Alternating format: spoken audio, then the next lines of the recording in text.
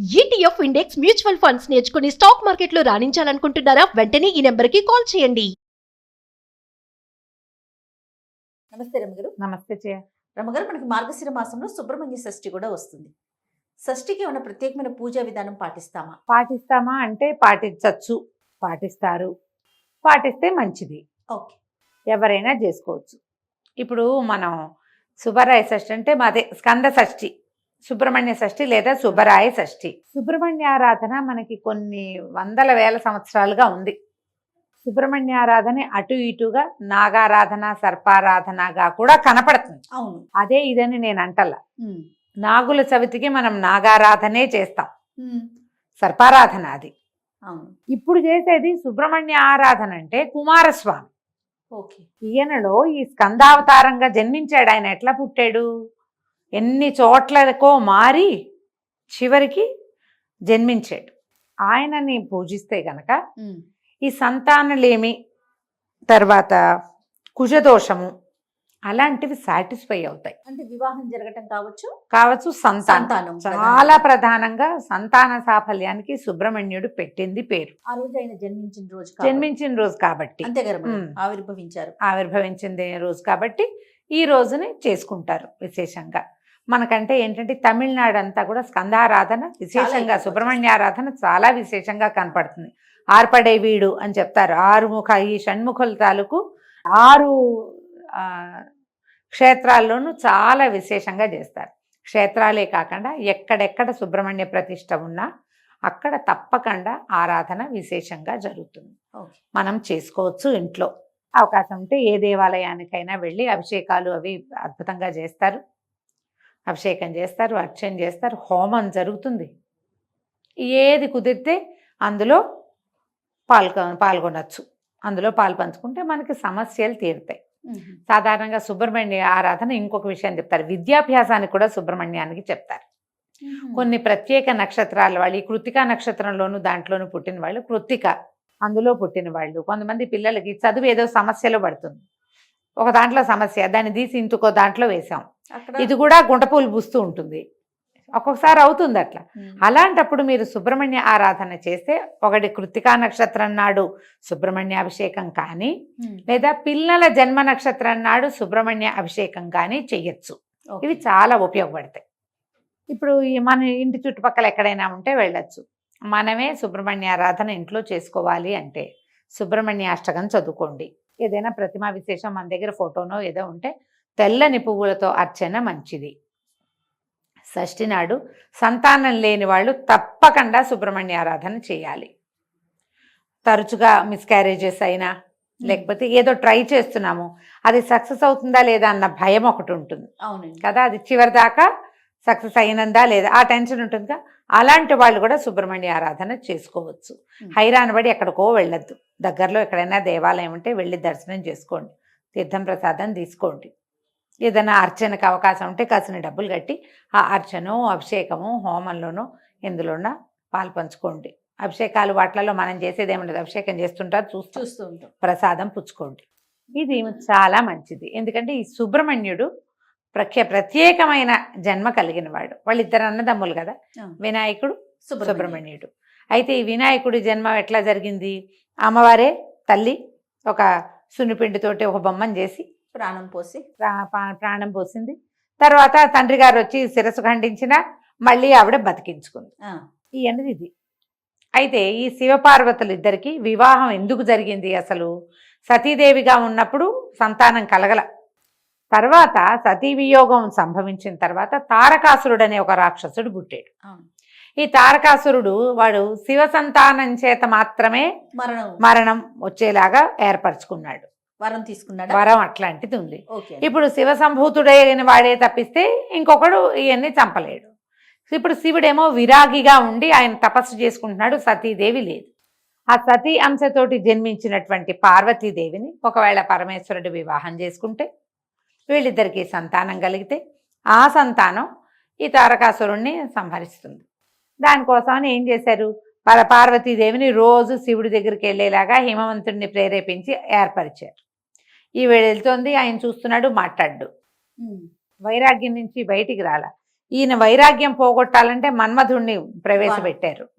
ఆ మన్మధుడు బాణం వేసి బాణాలు వేసి కొట్టేశాడు. మన్మధుడు కొట్టిన తర్వాతే ఆయనకి తెలిసింది తన మనసు చెలించిందని.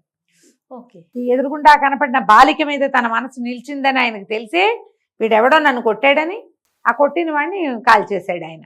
మూడో కన్ను తెచ్చాడు. కోపంతో చూశాడు, కాల్చటం కాదది. మూడో కన్ను ఆ కోపం వచ్చేసరికల్లా మూడో కన్ను తెరుచుకుంది. అందులోంచి వచ్చిన అగ్నితోటి మన్మధుడు దగ్ధమైపోయాడు.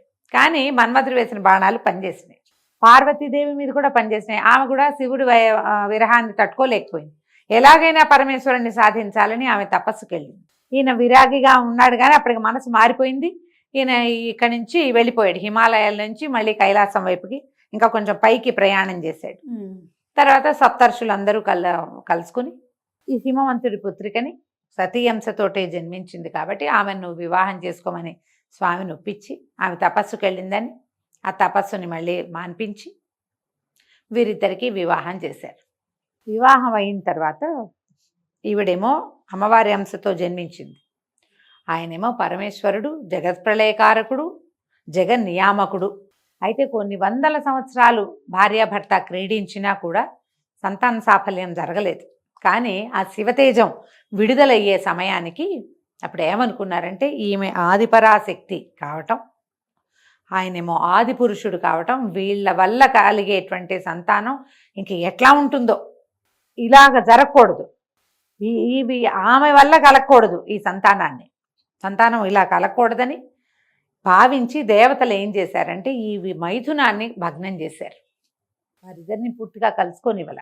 ఈ అప్పటికే విడుదలైన శివతేజం భూపతనం అయిపోయింది, కిందకు వచ్చేసింది. ఆవిడకి పిచ్చి కోపం వచ్చింది. నేను భరించవలసిన వీర్యాన్ని నేను గర్భధారణ జరగాల్సి వచ్చింది, దాన్ని మీరు చెడగొట్టారు కాబట్టి మీకు ఎవరికి సంతానం లేకుండా పోతుందని దేవతల్ని శపించింది. అయితే ఈ కిందకి వస్తున్నటువంటి శివవీర్యాన్ని ఎవరు దీన్ని భరిస్తారు? అగ్ని మొదట, ఆయన వల్ల గాల. భూమి ఆమె వల్ల గాల. అగ్ని దాన్ని తీసుకెళ్లి గంగా నదిలో విడిచిపెట్టాడు. గంగ ఒప్పుకుంది శివవీర్యాన్ని భరించడానికి. ఆమె కూడా శక్తి సరిపోలే, అంత ఆ శక్తిని తట్టుకోవటం ఆమె వల్ల కాల. అది తీసుకెళ్ళి రెల్లు పొదల్లో విడిచిపెట్టింది. మొదట అగ్ని, భూమి, గంగ, రెల్లు పొదలు 4 చోట్లకు వచ్చాడు. అక్కడ శిశువుగా రూపాంతరం చెందాడు ఆయన. అక్కడ శిశువుకి వస్తే అప్పుడు ఏం చేశారు దేవతలు? కృత్తికలని నియమించి అప్పుడే పుట్టిన శిశువుకి పాలివ్వమని వాళ్ళకి క్షీరం మీరు ఇవ్వాలని కృత్తికలకి చెప్పారు. కృత్తికలు 6.